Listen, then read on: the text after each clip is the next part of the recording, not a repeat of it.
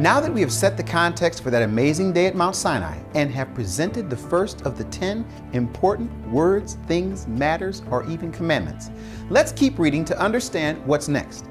My name is Keith Johnson, and this is the second presentation of our 10-part series, 10 Matters That Still Matter to God. Welcome to Scripture Bites.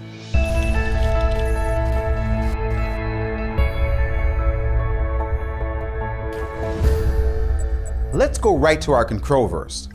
Uploading scripture. CB, please upload English control verse in scroll source panel. We're reading from the popular King James Version in this series, but will refer to other English translations as we progress. Thou shalt have no other gods before me, Exodus 20 verse 3, King James Version.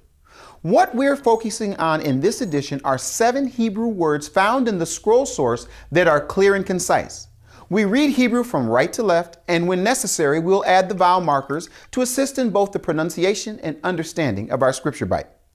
Lo yihyeh lecha Elohim acherim al panai. When I look at this verse in the source, I almost feel like I should push a red alert button. Red alert. Oh, I guess when I say red alert, it's voice activated. Red alert. This SBI is way too cool.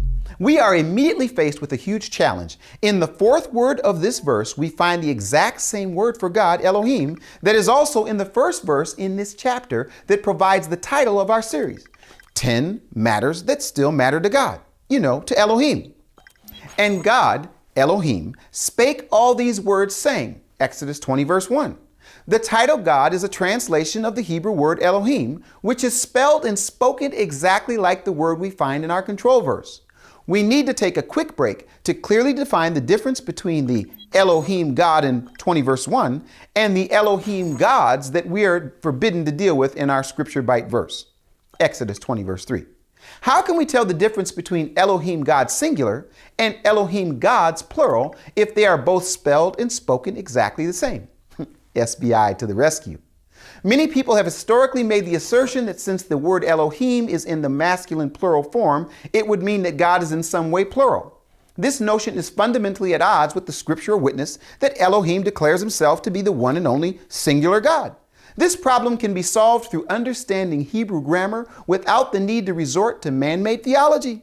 Back to the scroll. Vayidaber Elohim et kol hadevarim ha'ele le'amor. And God spake all these words, saying. Grammar alert.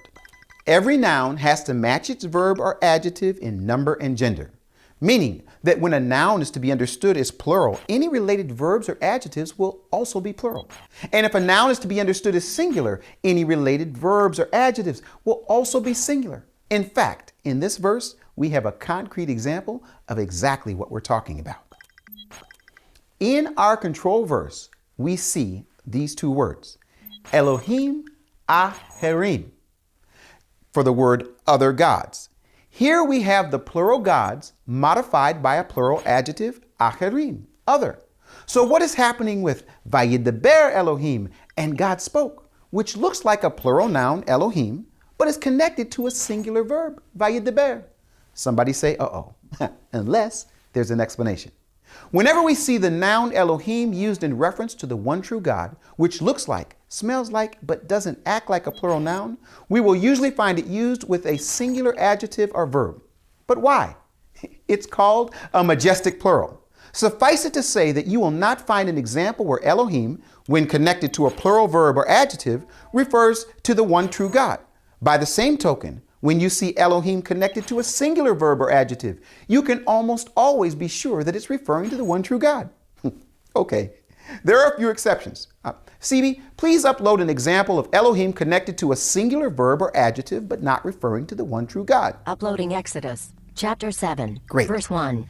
And the Lord said to Moses, see, I have made you like God, literally an Elohim, to Pharaoh, and your brother Aaron shall be your prophet. Exodus chapter 7, verse 1 in the King James Version. On a related note, to do justice to this important topic, and because of how easily folks can get confused about this issue, I probably need to dedicate an entire scripture bite to Genesis chapter 1, verse 26, where it says, let us make man in our image. But for now, I hope you'll do your own digging. Now back to our control verse already in progress. Thou shalt have no other gods before me. I have to admit, I am not sure what before me means. Does it mean putting these gods in line before God, or does it mean something more like a sense of priority? Maybe it means putting gods in front of him like in his face. Let's take a look at the words the KJV translators saw that determined their translation of before me. Lo yihye laka Elohim acharim al panai. One more grammar alert. The last two words are al panai, which is a preposition followed by a noun in the masculine plural construct form with a first common singular suffix meaning of me. The reason panai is plural is because most body parts are referred to in the plural form in Hebrew. We find this exact Hebrew phrase, al panai, 12 times in Scripture.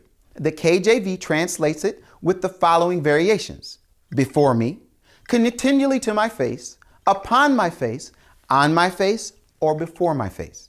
4 of the 5 variations use the word face for panai, whereas in our verse, they decided to use before me for the same 2 Hebrew words.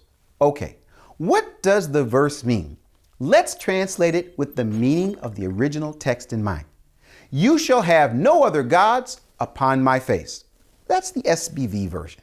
Meaning, do not bring, acknowledge, or worship any other gods next to me, in front of me, beside me, or in my face, or for that matter, anywhere in my presence. Now, let's have some fun memorizing the verse in Hebrew. Lo yihye lecha Elohim acharim al panai.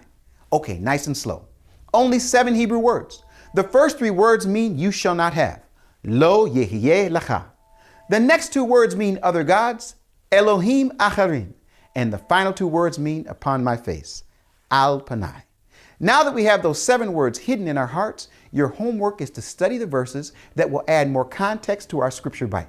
The following 3 verses help God's people understand exactly what it looks like to bring, quote, other gods upon his face. Thou shalt not make unto thee any graven image, or any likeness of anything that is in heaven above, or that is in the earth beneath, or that is in the water under the earth. Thou shalt not bow down thyself to them, nor serve them, for I, the Lord thy God, am a jealous God, visiting the iniquity of the fathers upon the children until the 3rd and 4th generation of them that hate me, and shewing mercy unto thousands of them that love me and keep my commandments. Exodus 20, 4-6, King James Version. Well, now that you have the background to the verse that you have in your heart, I am really excited for the next scripture bite. So until next time, go ahead and say it. Keep reading. This is your SBI assistant. Did you enjoy this scripture bite? If so, share it with your friends. Be sure to become a free member at bfainternational.com to download a PDF companion study guide for this edition of Scripture Bites. Visit bfainternational.com today to join the conversation.